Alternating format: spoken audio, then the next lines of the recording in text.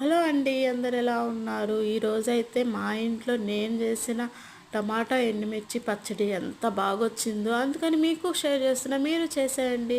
మీరు ఎంతమందికి ఈ పచ్చళ్ళు అంటే ఇష్టమో నాకైతే కమెంట్ చేసేయండి. ఏం లేదబ్బా, 10-15 ఎండుమిర్చి తీసుకొని కొంచెం ఆయిల్, ధనియాలు, కరివేపాకు వేసుకొని ఫ్రై అవ్వాలి. అంతే. ఫ్రై అయినాక వాటిని తీసి మిక్సీ గిన్నెలో వేసేసుకోవటమే.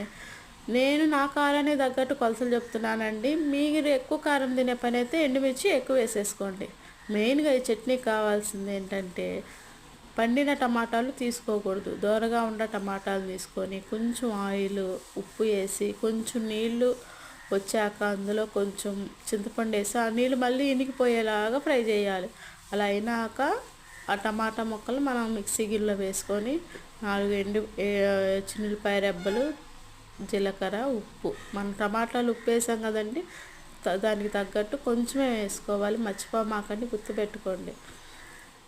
ఇందులో మళ్ళీ కట్ చేసిన ఉల్లిపాయ ముక్కలు కూడా వేసుకొని మిక్సీ పట్టకూడదు, ఇంక అట్లానే ఉంచి తాలింపు పెట్టేసుకోవటమే. ఈ పచ్చడిని వేడి వేడి అన్నంలో వేసుకొని నెయ్యి వేసుకొని ఆమ్లెట్ వేసుకొని తింటే టేస్ట్ మాత్రం మామూలుగా ఉండదండి. అసలు నాకు ఇప్పుడు చదువుతుంటే నాకే నోట్లో నీళ్ళు వస్తున్నాయి. ఈ పచ్చడి తిన్న వాళ్ళు ఎవరుంటారండి? అబ్బా, ఇలాంటి పచ్చడి కానీ రోజుకి 1-2 సార్లు తింటే